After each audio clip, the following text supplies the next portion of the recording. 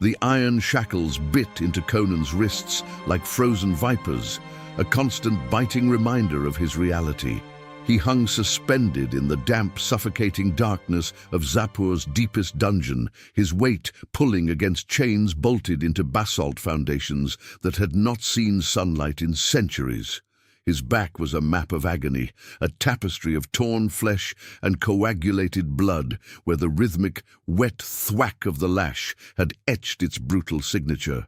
His lips were fissured, his throat so parched that swallowing felt like scraping glass against his esophagus. The cell was silent, save for the dripping of stagnant water and the rasp of his own labored breathing. Then the heavy door groaned open, spilling a sliver of torchlight across the grime-stained floor. The jailer entered, his face a mask of bored cruelty, carrying a thick leather whip that coiled like a sleeping serpent in his hand. He stopped before the hanging barbarian and smiled, revealing jagged, yellowed teeth. 7 days, the jailer rasped, his voice echoing off the weeping stone walls. The whip rose, a blur of motion in the dim light. Conan braced his core, bracing for the sting, his jaw clenched so hard his teeth threatened to shatter. The lash came down. Conan did not scream. He simply hung there, a monument of suffering, waiting for the world to turn. Only a week ago, the world had been wide and vibrant. Conan had accepted a contract in the borderlands, a simple escort mission for a merchant who promised gold enough to buy a year's worth of ale and companionship. But the banquet had been a stage for a lie. Drugged wine, bitter and masked by honey, had turned his blood to lead. Hidden crossbowmen had emerged from the tapestries, their bolts stinging his limbs, dragging him down into a collective swarm of guards. He had fought, of course. Even poisoned, he had broken 3 jaws and cracked a sternum before the weight of dozens had finally pinned him to the floor. When he woke, he was stripped of his armor, his blade, and his dignity. The commander of the fortress, a man who spoke in whispers of absolute power, stood over him and laid out the terms. "We don't need your death, Cimmerian. Death is a release you haven't earned. We need your surrender. We need to show the world that the last barbarian alive is nothing more than a broken dog." Prison life in Zapur was not a matter of days, but of rhythmic destruction. There were no monsters here, no dark sorcery to fight, only the slow, agonizing erosion of the human spirit. Every morning brought the same cycle, the lash, the denial of water, the stench of misery. Other prisoners shared the blackness, though they were barely men anymore. To his left, a wretch spent his hours talking to ghosts of a family long dead. To his right, another man lay curled in the corner, his mind shattered, laughing softly at the hunger gnawing his belly. When a man died, the jailers did not remove the body. It remained there, rotting into the stone, the smell of putrefaction becoming the very air they were forced to breathe. Conan realized the truth of the fortress. It was never built to hold bodies, but to dismantle the architecture of the mind. They were testing the limits of what a man could endure before his consciousness collapsed into the abyss of madness. The jailer returned at midday, offering a piece of moldy bread just out of reach. "Kneel," he commanded, a condition for the smallest mercy. "Bend the knee, barbarian, and you eat. Bend the knee, and the whip stops." Conan stared at the bread.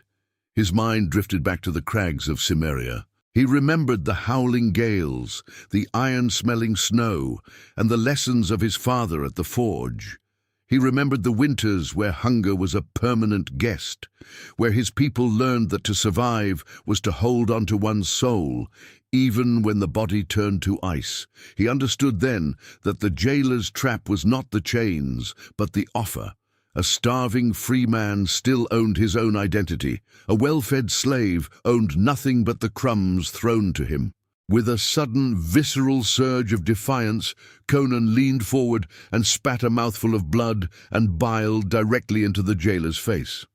The beating that followed lasted until the dungeon went black, a punishment so severe it nearly snuffed out his existence. Yet as he drifted toward unconsciousness, Conan felt a strange, cold triumph. He had not knelt. Fate, however, had a different rhythm than the jailer. A violent, unnatural storm rocked the fortress, the very foundations of the dungeon shuddering under the weight of thunder. A desperate prisoner, driven to final insanity, lunged at a guard during the chaos of a flickering lantern. In the ensuing struggle, a heavy ring of iron keys skidded across the floor, coming to rest near Conan's bloodied feet. Despite his shattered ribs, the Cimmerian lunged.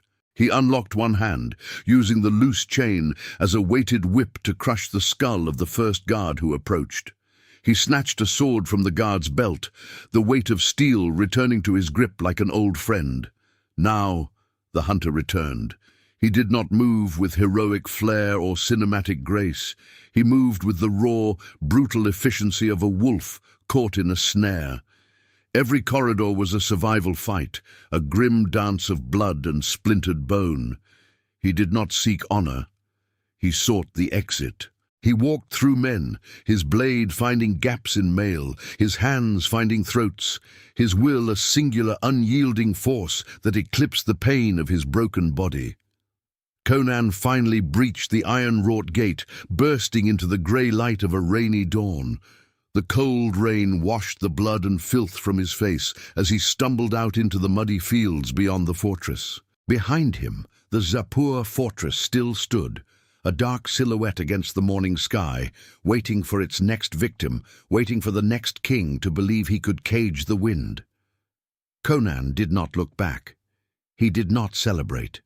He did not weep for the life he had lost in those cells.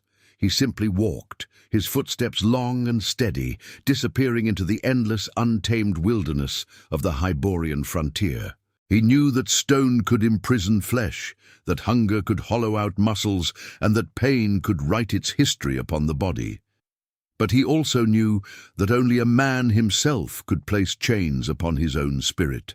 That was why kings and tyrants feared the barbarian, not because he was the strongest, but because a free man is the only thing that cannot be ruled. The rain continued to fall, eventually washing away the last traces of his passage, leaving behind only the legend of the man who refused to be broken.